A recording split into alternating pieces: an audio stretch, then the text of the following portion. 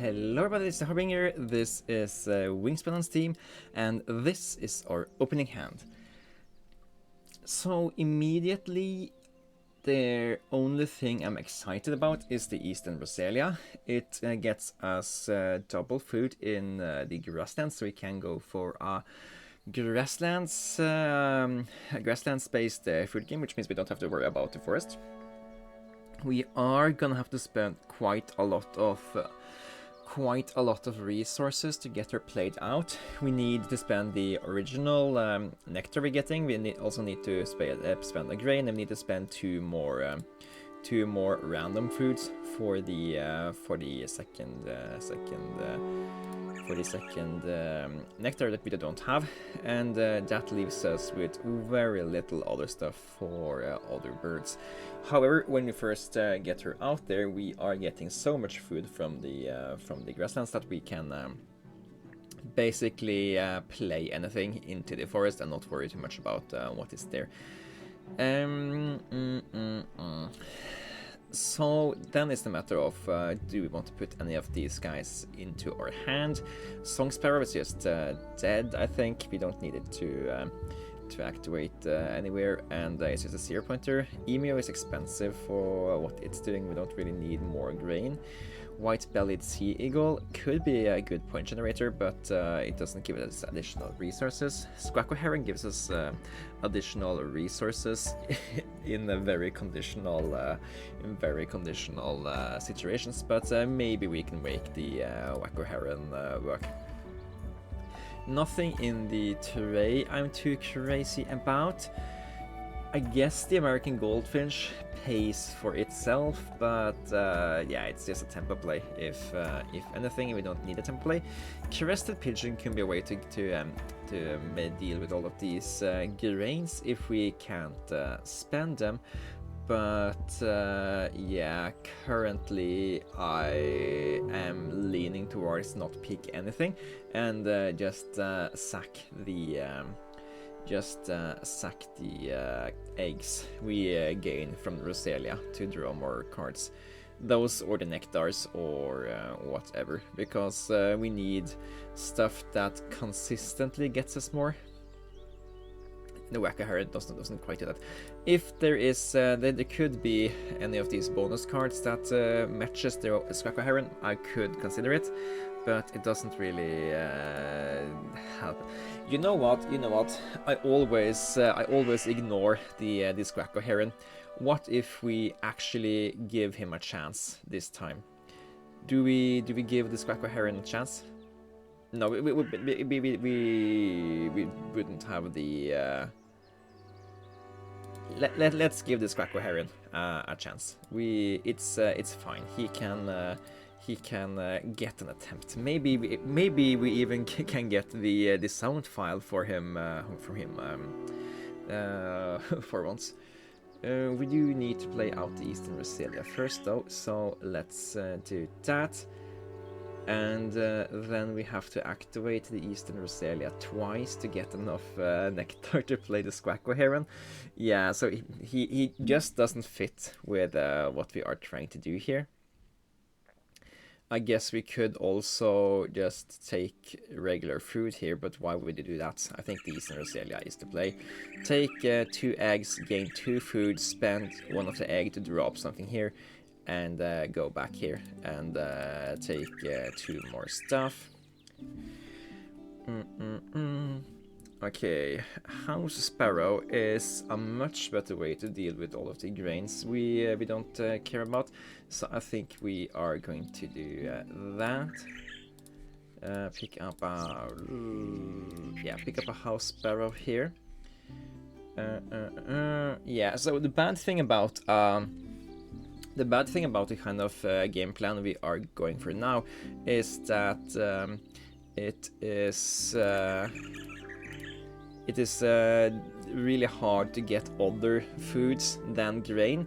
We kind of want to lean into birds that eat grain, but if we can't find them, then we are struggling a little bit to get stuff out. So cards like the Stellar's Jay could be better for us just because they eat the food that we are getting as a byproduct of our main habitat. So yeah, that's I think the previous player has grain as a personal supply. I took a card from the Chinese bird. Not a crane.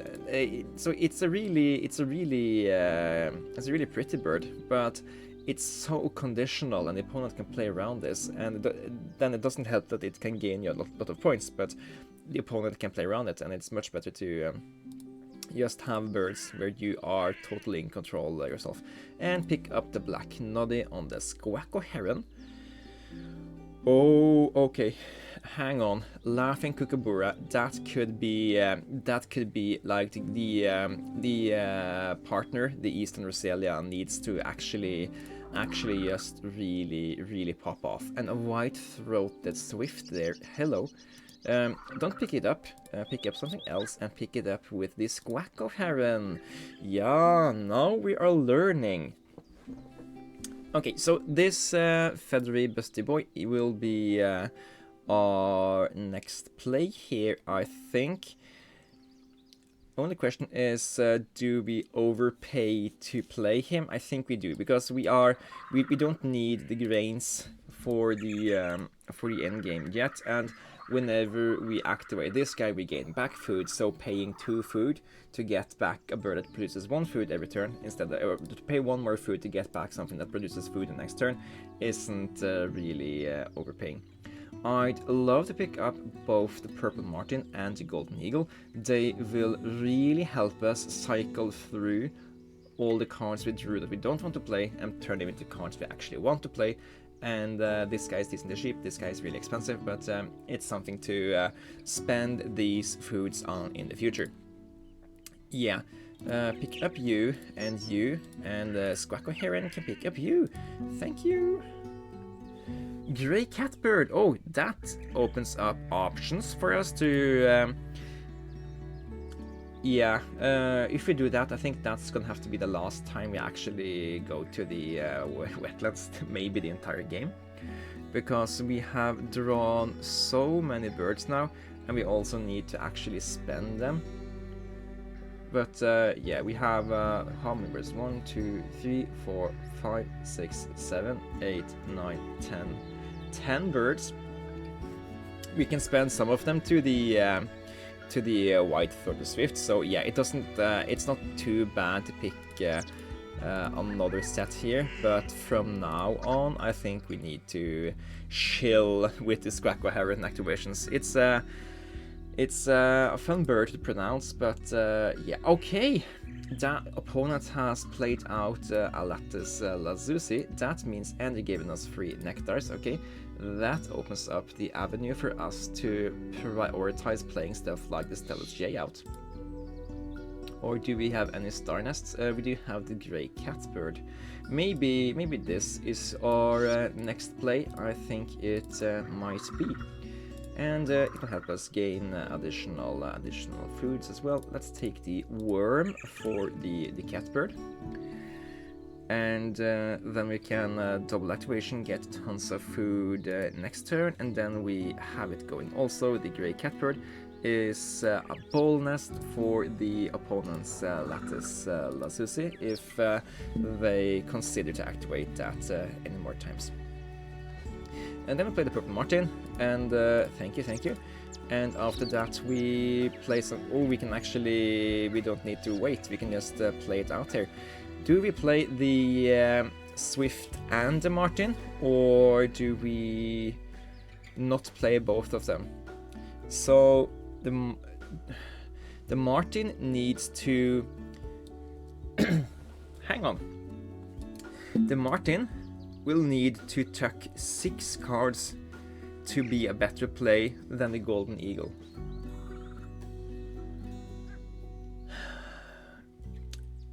So he needs to tuck 6 more cards than what the Golden Eagle could do. We can get the food of the Kookaburra and Eastern Roselia, so the food isn't the issue. But we can also play this guy just down here. Playing this guy down here is... Yeah, we are probably going to tuck quite a few cards here. Because we're gonna go here. If you're not playing birds, we're going here. Yeah, So I do think it's fine. We will play out the white-throated swift. That's a given. Actually, let's spend your eggs because we have a limited free egg space from the opponent. Or are we playing this guy over this guy? This guy has an 80% hit chance. Maybe we don't need this guy at all. Maybe we are just happy to play out high scoring stuff. We don't need a house sparrow anymore, I think.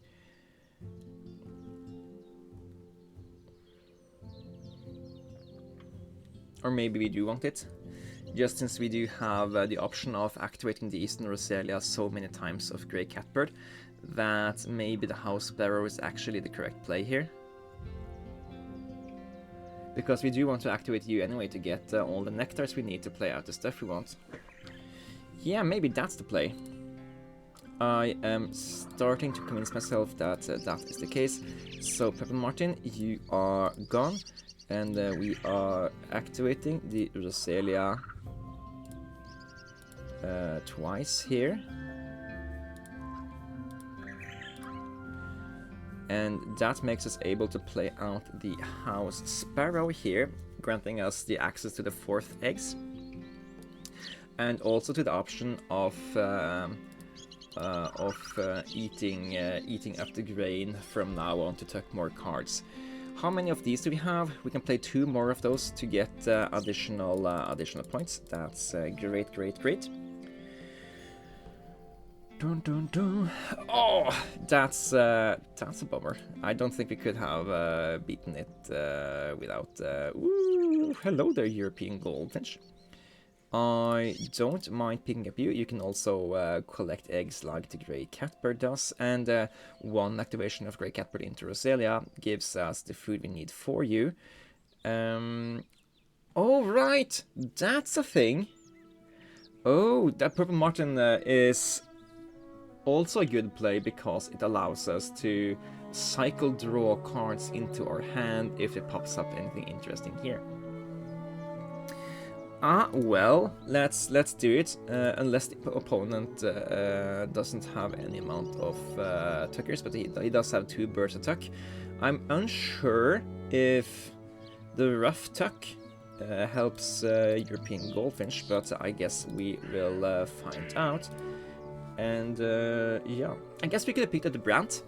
Oh yeah, the Brant would have been a player because that guy could have been played to pick up stuff instead of going here to pick up stuff.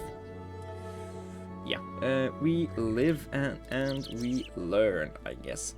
Then we check you to yourself, and let's repeat the Eastern Roselia. Let's go here, take a food for the Golden Eagle in the future.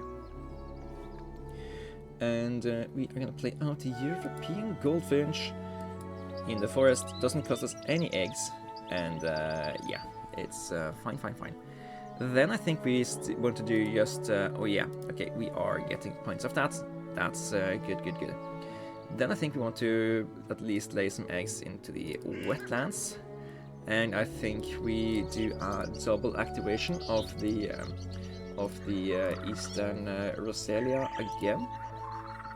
The idea being that it gives us more food we can use to play the Black Noddy and the Golden Oriole here. The Golden Eagle, sorry.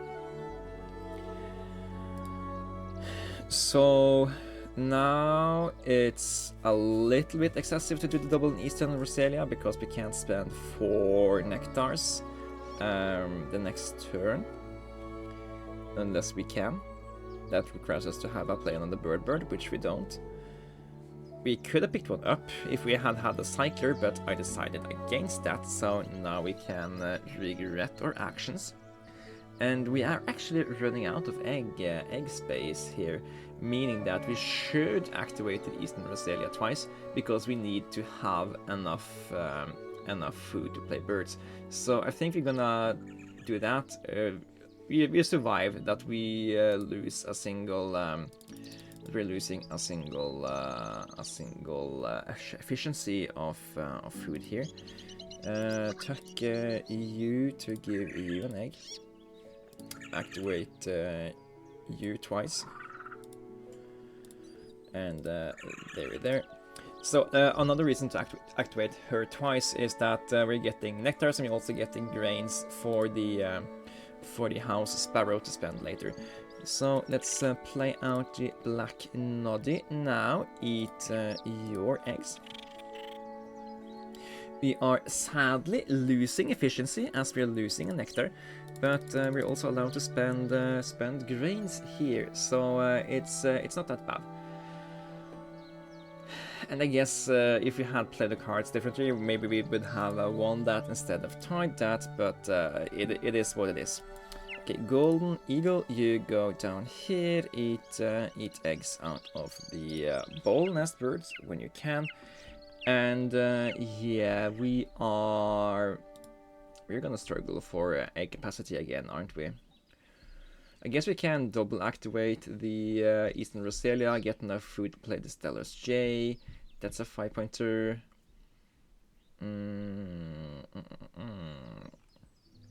Yeah, I think I would have preferred to have a card cycler we could have activated as well, but it is what it is.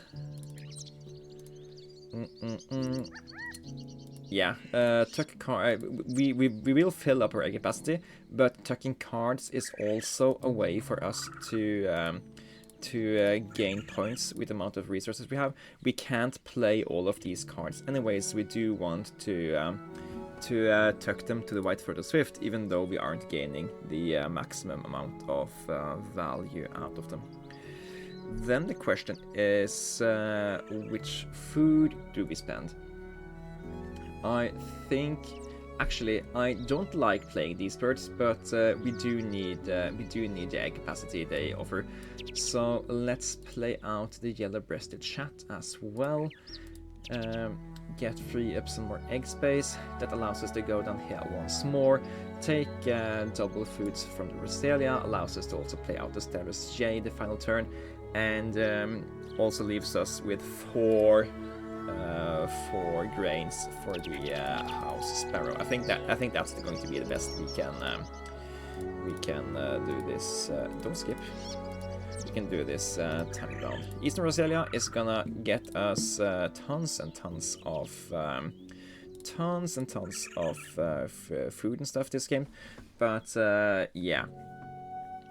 She's also giving quite a few nectars to the opponent, so the fact that it's actually somewhat equal on nectar is pretty darn silly.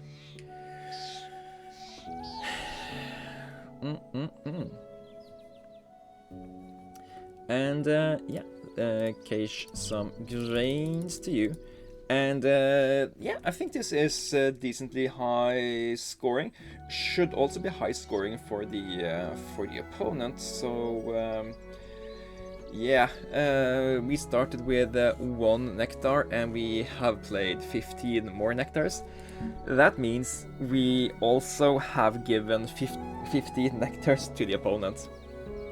So the fact that we are winning the 2 habitats here is actually pretty. Oh, we also lost 1 nectar, so we actually been giving the opponent 16 nectar this entire game. But yeah, 16 activations of the Eastern Roselia. That means that Eastern Roselia gave us 32 food this game. Which is, yeah, there's 26 action cubes in Wingspan, so yeah, you can just imagine how big part of this game plan the Roselia was. 32 games. We will have to double check if that was actually the case. But yeah, 126. Even though we had quite a few activations of this solo Wacko Heron, we managed to get 126 points. And that's just purely because of the Grey Catbird Eastern Roselia combo we had going on. And it's so easy to just get all the eggs and play high scoring birds when you have access to unlimited or almost unlimited nectar. We got 60 nectars of this parrot thing here, and it's a pretty good way to get to afford the black noddy and the golden eagle. Also, the laughing kookaburra really helped. He didn't really it's not worth that much in of itself, but getting all of those additional rodents that we got made us able to play out the golden eagle in the first round after a break, and no, after the round and breaks in Ark Nova. And yeah, all in all, I think we did reasonably good with the hands that we were provided this time. Anyways, this has been the Harbinger. Thanks for watching, and I'll see you guys in the next one. Take care.